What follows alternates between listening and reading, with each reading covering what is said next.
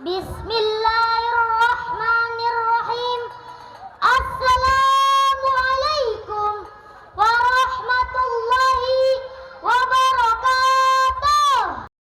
Ketika orang-orang yang haus akan ampunan Allah ini ditawarkan oleh Nabi SAW, ala adullukum, maukah kamu aku tunjukkan suatu amal ma yamhullahu bihil khataya, yang sanggup dapat menutupi, mengampuni dosa kamu yang lalu, wa yarfa' bihid darajat, dan dapat menaikkan derajat kamu di sisi Allah. Ini orang sampai pada titik awal, titik nol, tak ada lagi harkat martabatnya di hadapan Allah Ta'ala karena perbuatan dari mulai syirik sampai membunuh, sampai makan riba.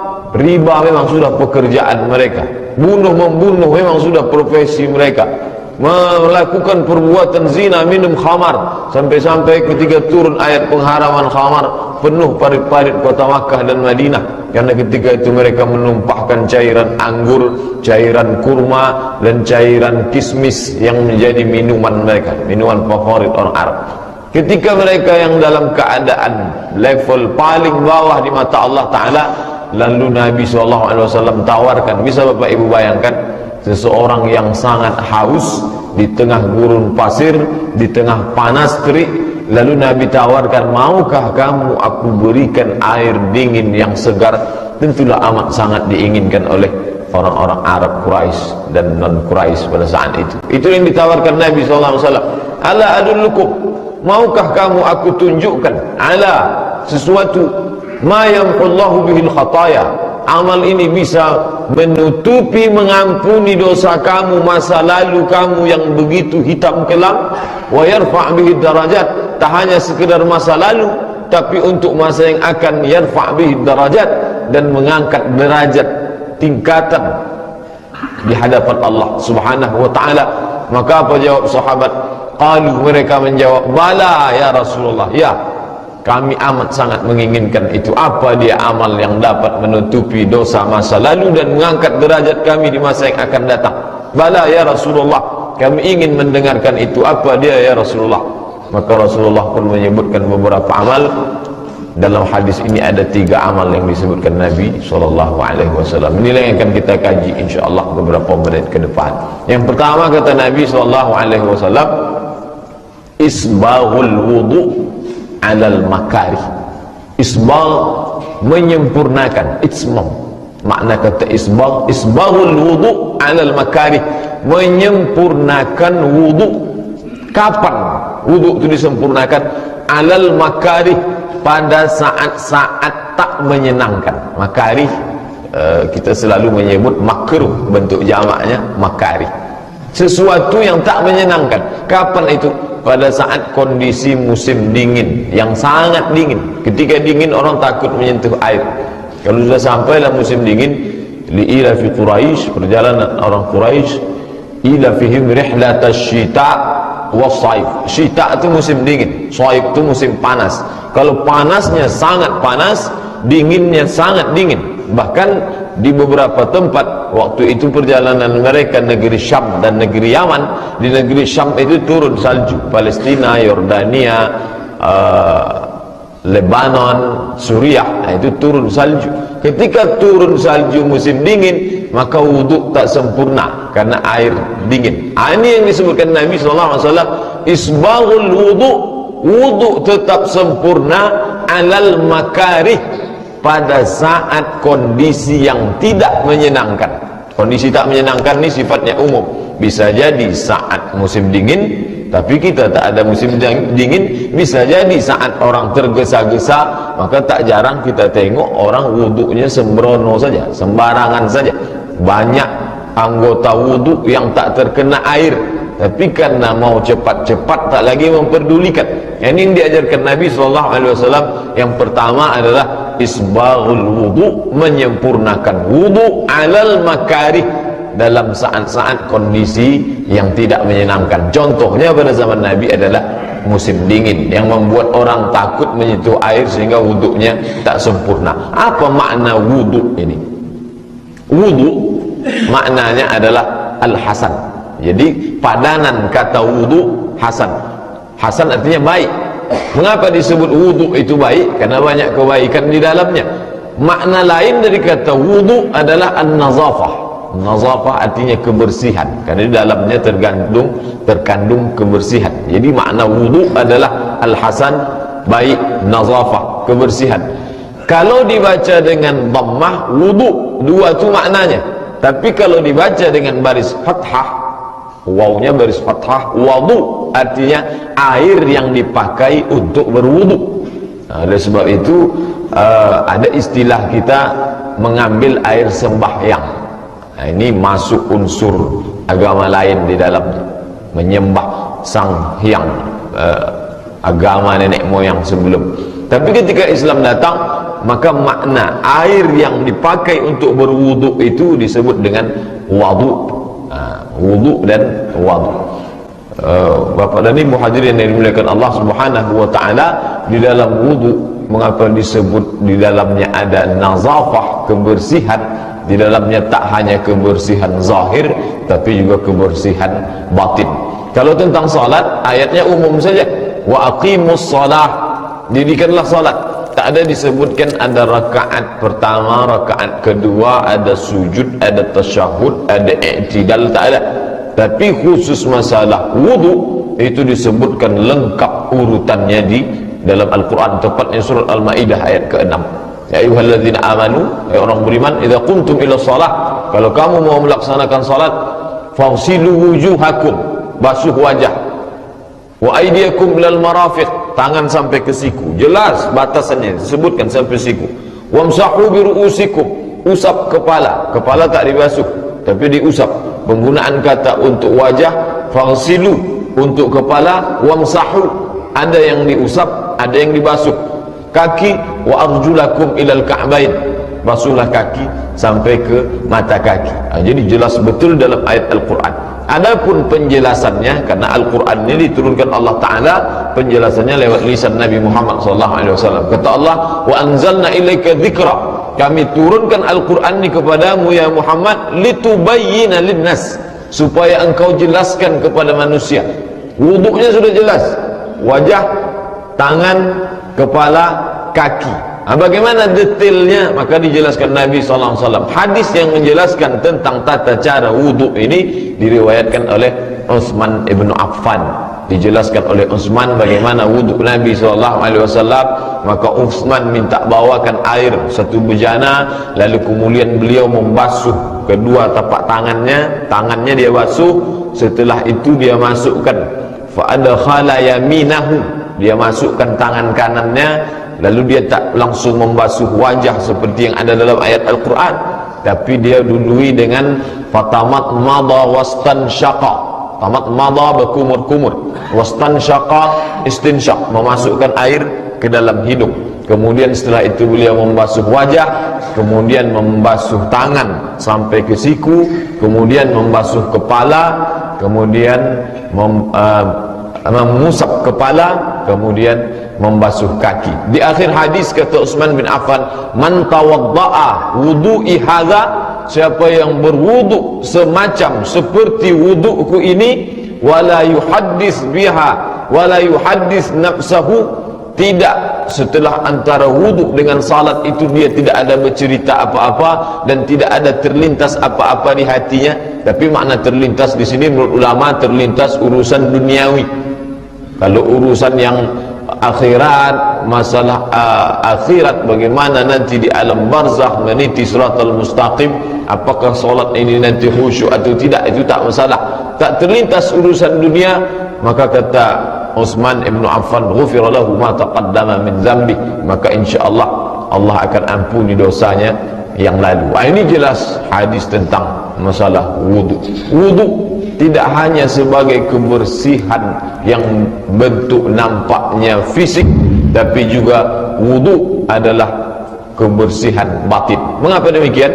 Karena dalam hadis disebutkan orang mukmin yang berwudu, seorang muslim yang berwudu, maka disebutkan dalam dua hadis. Satu hadis riwayat Muslim, satu hadis riwayat Nasai, kharajat minhu khatayahu.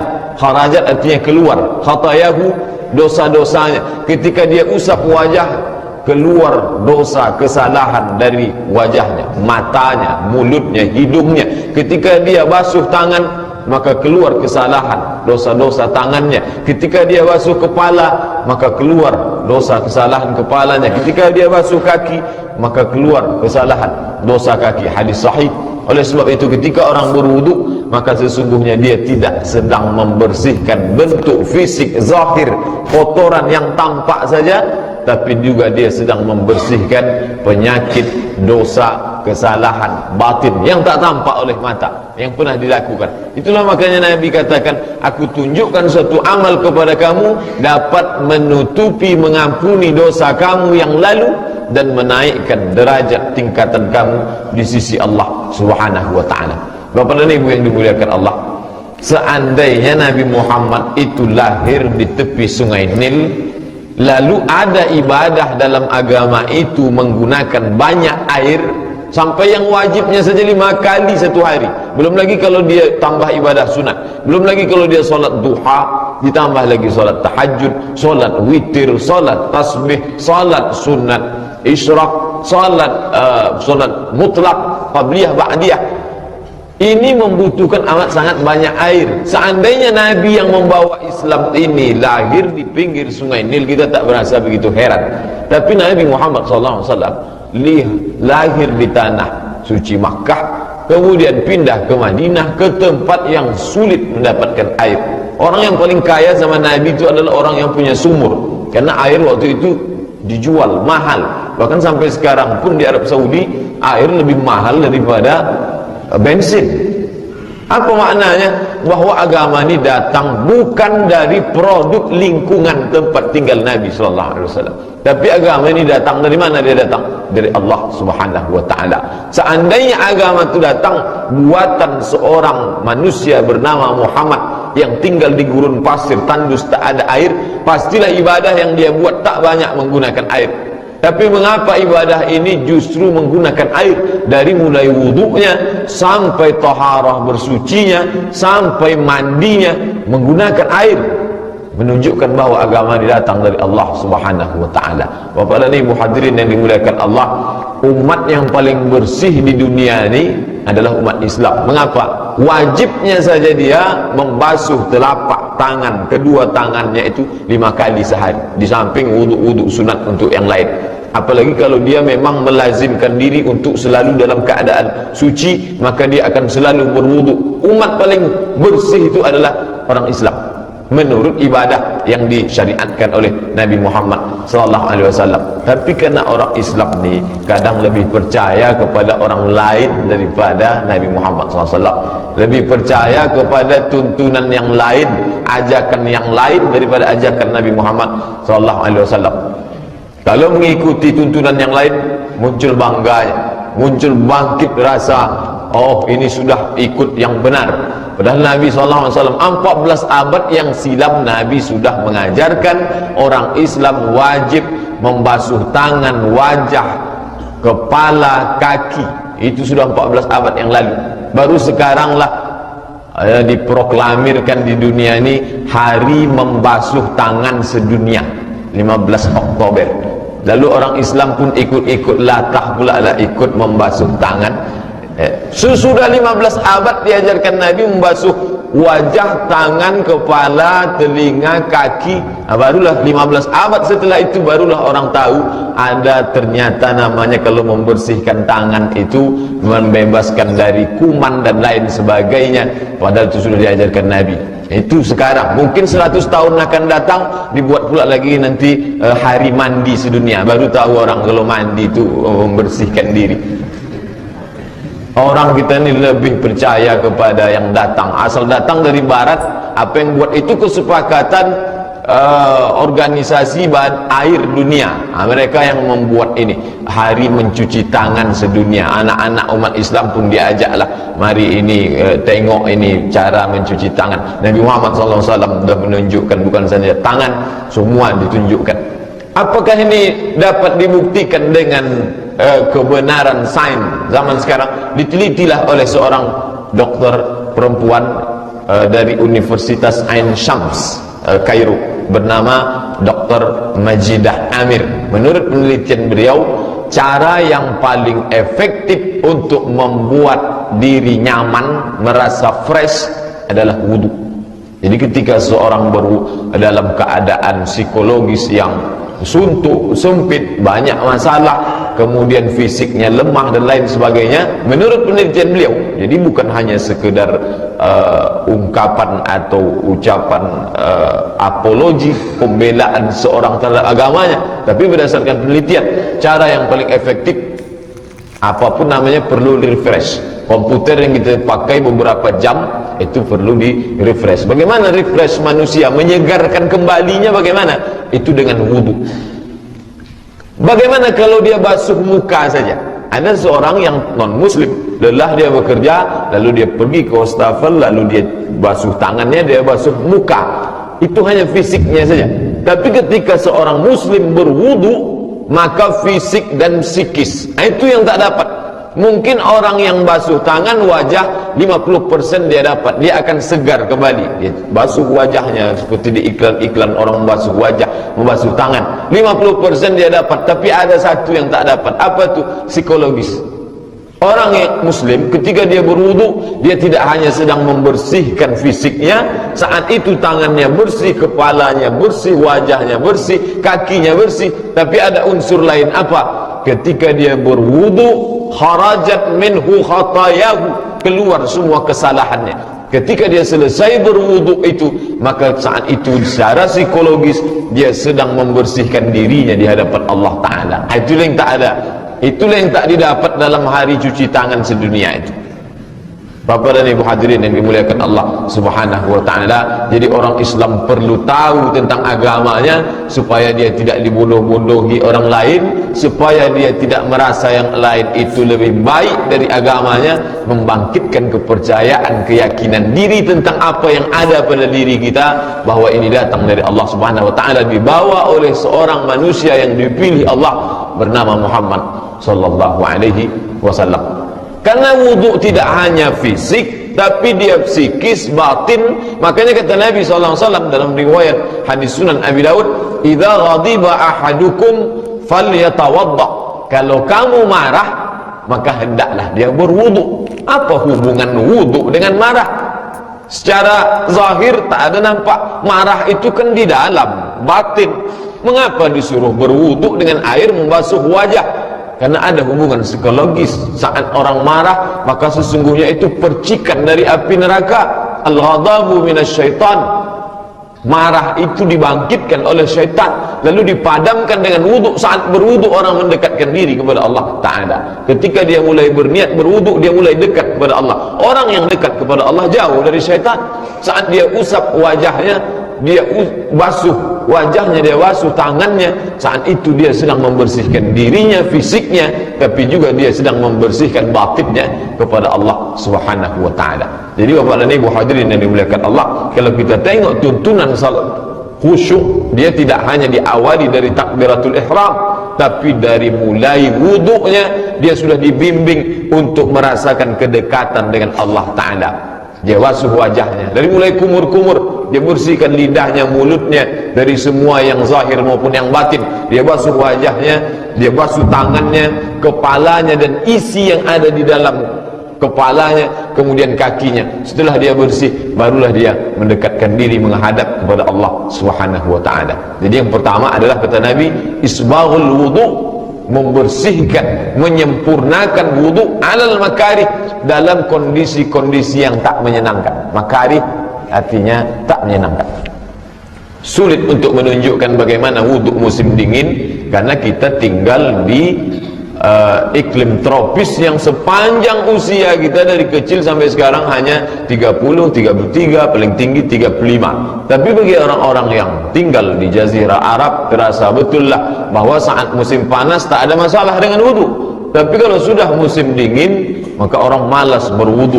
Apalagi zaman dulu belum ada pemanas dan lain sebagainya. Bahkan sampai sekarang pun di masjid-masjid, kalau Bapak Ibu pergi ke Maroko, di masjid-masjid besar itu hampir di tiang ini disediakan batu besar. Saya pertama sampai, apalah batu ini? Jangan-jangan aliran baru ini lahir muncul.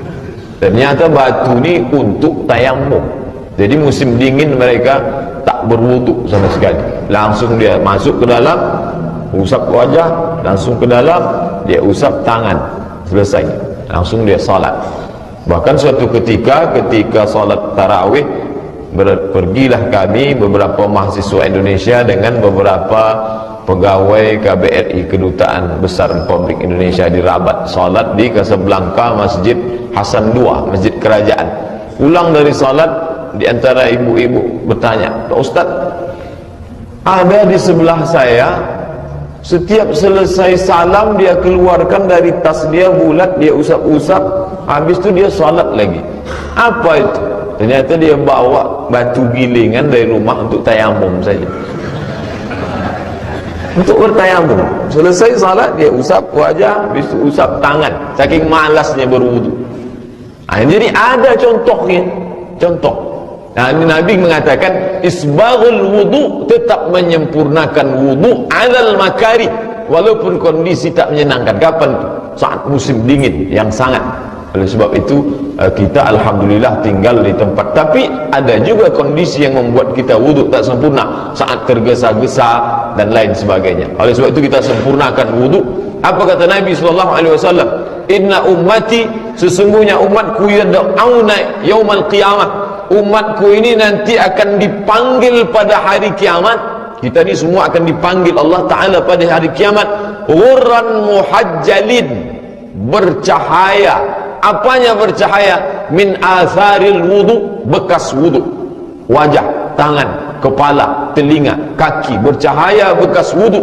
Oleh sebab itu kata Nabi, siapa yang mampu untuk memperbanyak cahayanya, maka lebihkanlah. Falyutil, lebihkanlah. Makna lebih dari batas. Kalau batasnya hanya sini, maka dia lebihkan untuk menambah cahaya di hadapan Allah Subhanahu wa taala. Bukan berarti makna menambah di situ, menambah lebih. Oh, kalau begitu mandi aja sekalian Pak Ustaz. Bukan itu maknanya. Supaya anggota wudhu yang sudah digariskan Allah, fagsilu wujuhakum, wajah, supaya sempurna, jangan sampai ada yang kurang. Karena wudhu ini adalah syarat sahnya salat. Andai wudhu tak sempurna, maka batallah salat.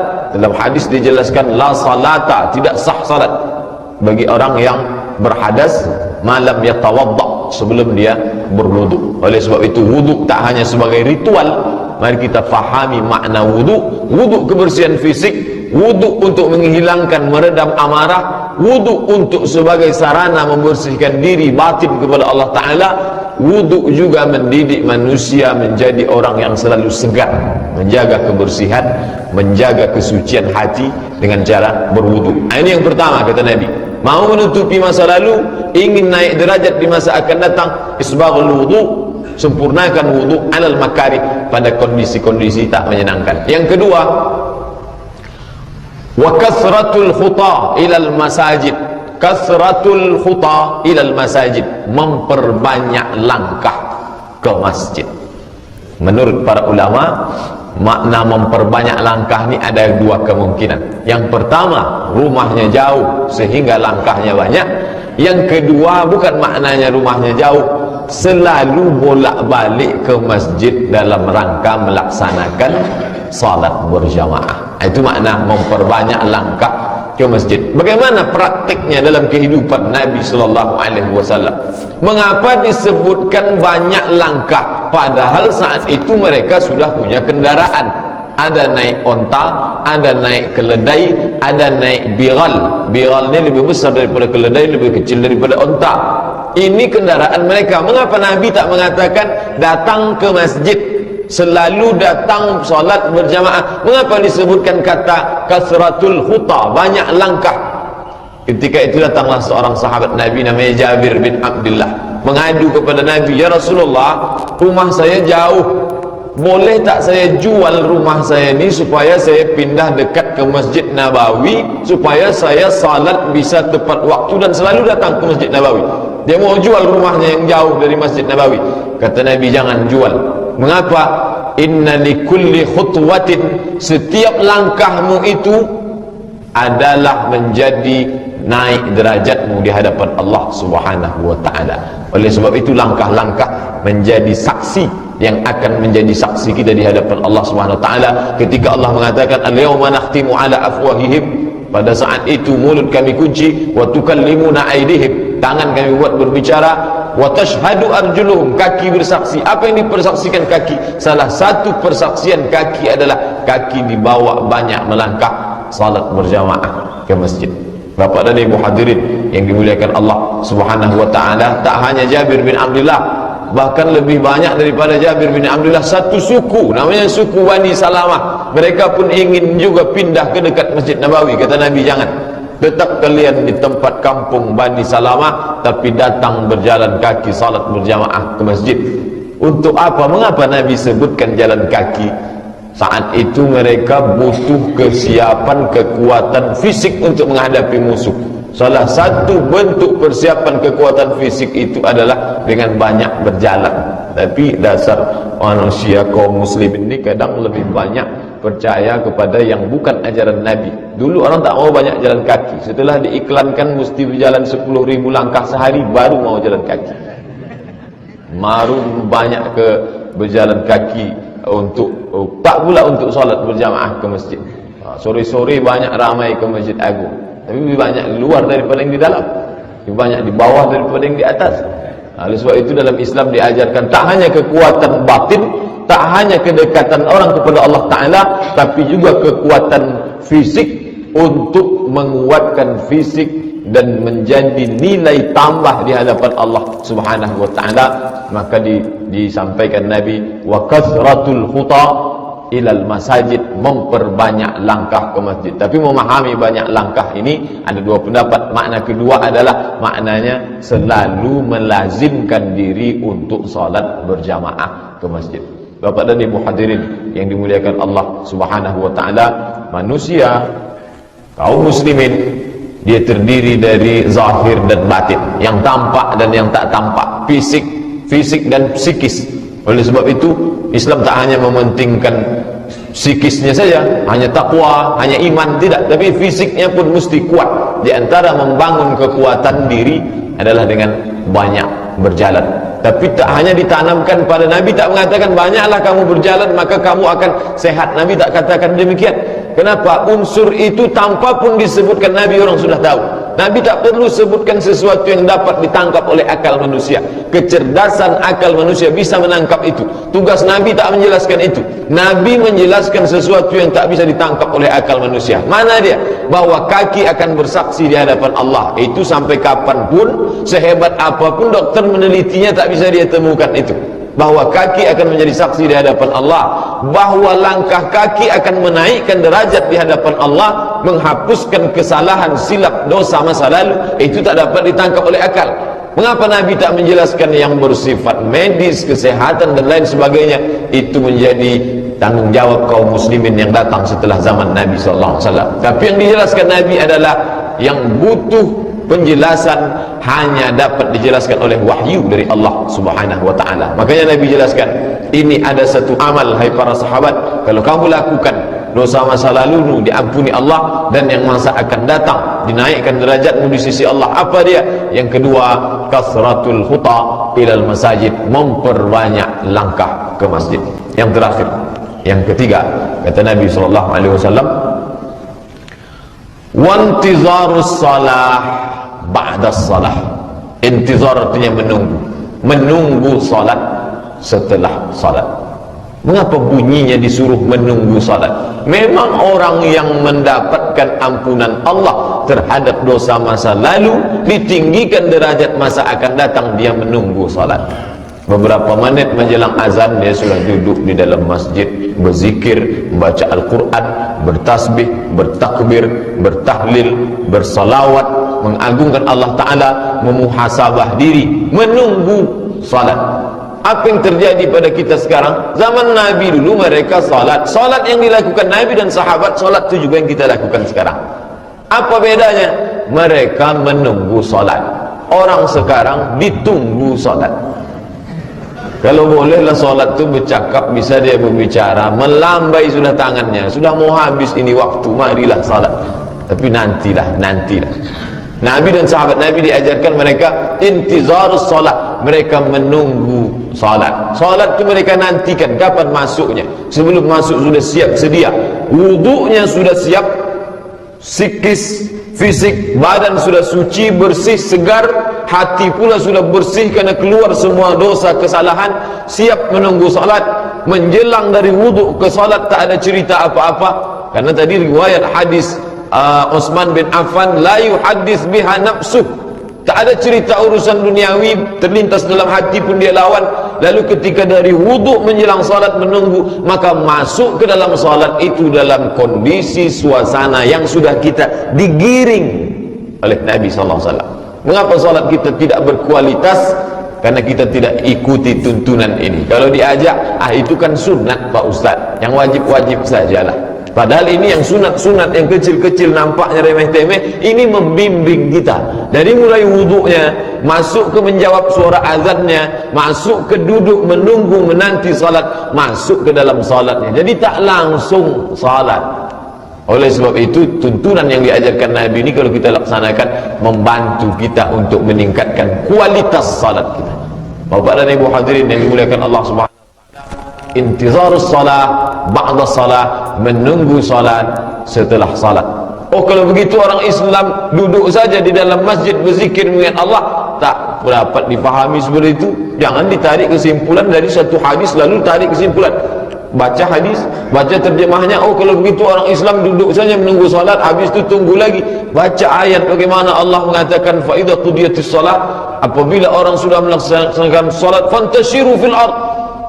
Kita tak disuruh duduk dalam masjid, bertebaranlah di muka bumi, wabtaghu min fadlillah, cari karunia Allah Ta'ala. Di antara karunia itu adalah rezeki. Orang Islam disuruh mencari rezeki. Ada yang berdagang, bagaimana pedagang? At-tajirus saduqul amin, seorang pedagang yang jujur, yang amanah. Ma'an nabiyyin, nanti dibangkitkan di akhirat, ma'an nabiyyin was-siddiqin was-syuhada was-salihin, bersama para nabi, bersama orang siddiqin yang benar, wasyuhada, bersama orang-orang mati syahid, wassalihin, bersama orang salih. Bukan berarti duduk menunggu salat tak berarti dia tak berdagang. Oleh sebab itu dikombinasi antara hadis ini, dia tetap dengan urusan duniawinya, dia tetap mencari nafkah. Bagaimana pula dengan petani? Ma min muslimin yazra'u yazar'an, seorang muslim yang menanam tanaman, ya'kulu minhu tayr, lalu buah tanamannya itu dimakan oleh burung, au bahimatun, atau hewan, au insanun, atau dimakan orang, maka itu menjadi sedekah baginya. Apa maknanya? Yang bertani tetap bertani, bukan berarti dia meninggalkan pertaniannya untuk masjid. Dah. Bagaimana pula dengan orang yang punya kekuasaan? Apakah dia tinggalkan tempatnya berkuasa lalu dia hanya di dalam masjid? Dah. Dia tetap mengatur urusannya masing-masing. Abu Bakar, Umar, Utsman, Ali pernah menjadi penguasa, tetap dia bisa mengatur, tapi tanpa meninggalkan masjid. Maknanya adalah itu yang disebut dalam hadis, qalbuhu mu'allaqun fil masajid, hatinya tergantung di dalam masjid. Kalau hati tergantung dalam masjid, orangnya boleh di toko, orangnya boleh di pasar, orangnya boleh di kebun, di sawah, tapi ketika datang panggilan tak sabar dia ingin datang masuk ke rumah Allah Ta'ala. Tapi kalau dibalik, jasad di masjid, hati di luar masjid, maka Assalamualaikum warahmatullahi, Assalamualaikum warahmatullahi, langsung. Apa sebab? Hati di luar masjid. Dalam proses memasukkan hati ke dalam masjid, tapi berproses. Nabi SAW tak membuat umat Islam ini menjadi umat yang instan. Apalah salahnya dikumpulkan Nabi semua sahabat itu, lalu setelah itu dia doakan, doanya makbul, lalu dia minta supaya kun fayakun, langsung. Oh, tapi Nabi tak begitu. Nabi mengajarkan berproses. Bagaimana caranya? Wudhu sempurna, berwuduk sempurna dengan bersih zahir, bersih batin. Setelah itu memperbanyak langkah ke masjid. Setelah itu menunggu salat. Setelah salat, untuk apa? Supaya tertanam hati ke dalam masjid, masuk ke dalam kekuasaan orang Islam. Tak hanya kuasa pada dirinya, tapi kuasa kepada yang lain, sehingga masuklah Islam itu ke dalam hati manusia. Bapak dan Ibu hadirin yang dimuliakan Allah Subhanahu wa taala, di akhir hadis ini ditutup dengan ucapan Nabi. Apa kata Nabi? Fadzalikumur riba. Itulah riba. Itu dalam hadis sahih Muslim. Dalam riwayat Muwatta Imam Malik 3 kali ini disebut. Fadzalikumur riba, fadzalikumur riba, fadzalikumur riba. Itulah riba, itulah riba, itulah riba. Riba diambil dari kata rabata. Rabata artinya mengikat. Apa makna mengikat? Orang yang menahan dirinya pada sesuatu. Kata ribat ini selalu diidentikan dengan jihad fisabilillah. Orang ketika sedang berjihad, dia sudah mengikatkan dirinya, matanya, telinganya, kakinya, tangannya, nyawanya dia ikatkan ke jihad. Lalu orang menganggap hanya jihad saja, tak ada amal lain. Nabi ingin menunjukkan ada amal lain. Apa itu? Wuduk bersih, zahir batin. Setelah itu perbanyak langkah ke masjid. Setelah itu tunggu salat. Fadzalikumur ribat. Itu ribat, kata Nabi SAW. Nabi ingin menunjukkan ada ribat, mengikat diri pada jihad, ada dalam bentuk lain, tak hanya pergi berjihad fisabilillah. Fadzalikumur ribat. Yang tiga ini pun kalau kamu laksanakan, dia sama seperti ribat. Kemudian makna ribat yang lain, dulu orang-orang Yahudi, orang Nasrani mengikat dirinya di satu tempat. Kan berarti dia ikat pakai tali, tidak. Mengikat dirinya, dia tak pergi berdagang, dia tak pergi bertani, dia tak mengurus keluarga. Maka mengikat dirinya, tempat itu namanya saumah, jamaknya sawami. Dibangunkan tempat khusus untuk beribadah saja di dalamnya. Itulah kalau kita baca tentang orang-orang saleh, tentang orang-orang saleh di kalangan Bani Israel yang tak menikah, tak berkeluarga, tak berdagang, tak bertani, tak ada urusan dunia, kerjanya beribadah saja, mengikat diri di situ. Kata Nabi, tidak, itu bukan ajaran Islam. La rahbaniyata fil Islam. Tidak ada kerahiban dalam Islam, tak ada kependetaan dalam Islam. Dalam Islam manusia melakukan semua aktivitasnya seperti yang dicontohkan Nabi SAW. Lalu kalau kita mau mengikatkan diri dalam satu ibadah, bagaimana?